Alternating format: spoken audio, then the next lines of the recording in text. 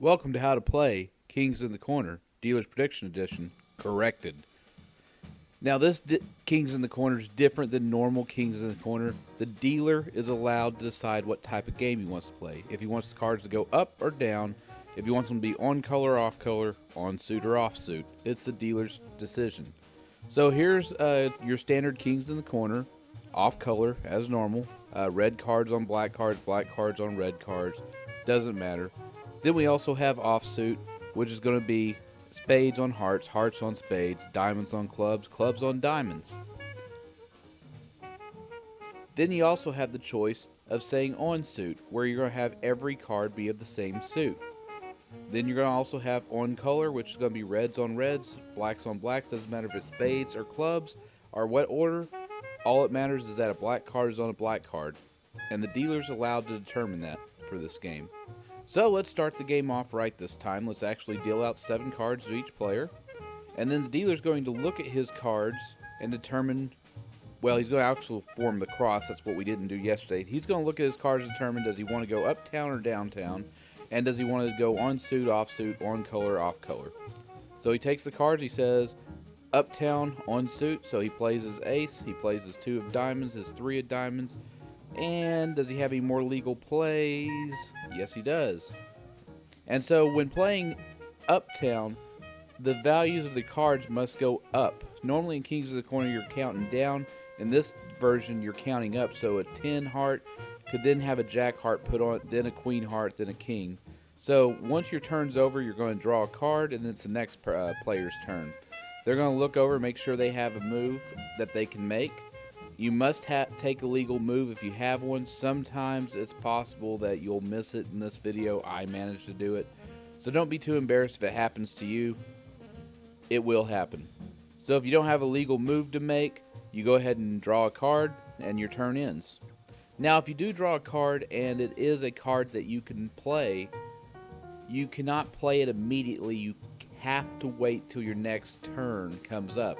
So let's all of a sudden say you drew the 4 of diamonds here and you didn't have it in hand, or you had it right as you drew. You have to put your hand down and wait for it to come back around. That's the rule of this game. That's the way we're playing it. Some people play with drawing the card first, but then it becomes difficult to determine when your turn ends unless you're going to knock on the table. I feel like this is much faster and much easier if everybody watches the draw deck to make sure that you can then make your turn. But you can play it however you want. This is just the way I prefer it. So player 2 has made his 2 moves, and he draws his card, then it goes back to player 3, who then finds another ace and keeps playing down. And he can't do anything else, so he takes a draw.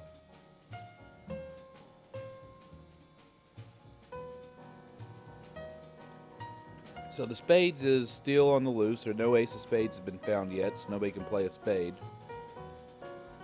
Player 1 could make a play. He draws a card.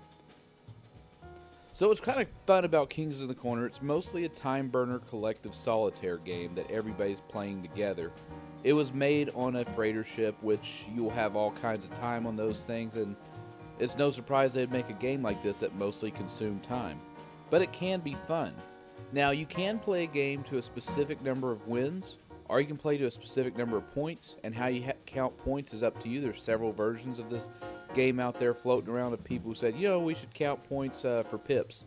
Every pip on the card's worth a point, and then face cards will be worth 10 or 20 or 25 points. All kinds of different rules are out there. What's the right one? I don't know, whatever you would like it to be. So decide for yourself what you would like to, how you'd like this game to end. If you want to end after 4 rounds, if you want to end after the first player who wins 3 games, that's possible too. You can have this whatever way you like.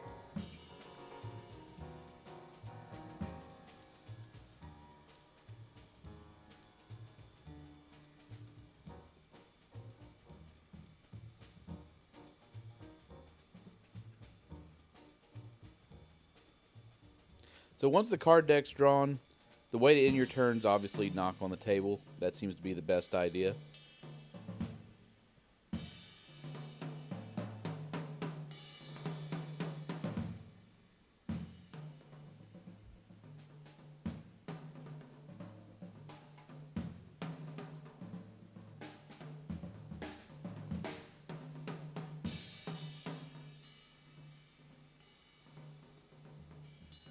Now, once you have a book collected, you'll just put them all up.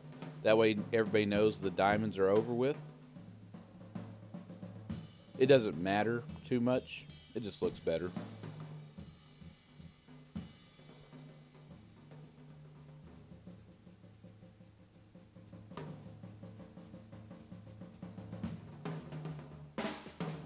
Now, if we were playing this in reverse, obviously you wouldn't be counting up to a king.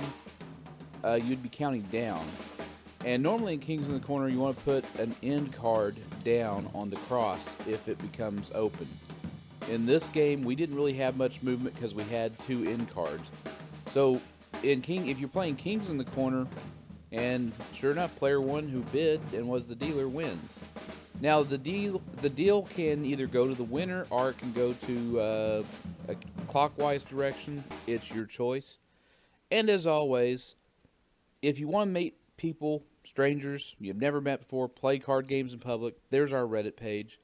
And also, if you have a game that you cannot find anywhere else on the internet with a video, or on YouTube for the very least, and you want it demonstrated, you're not too sure of the rules, send it to me, post it in the comments.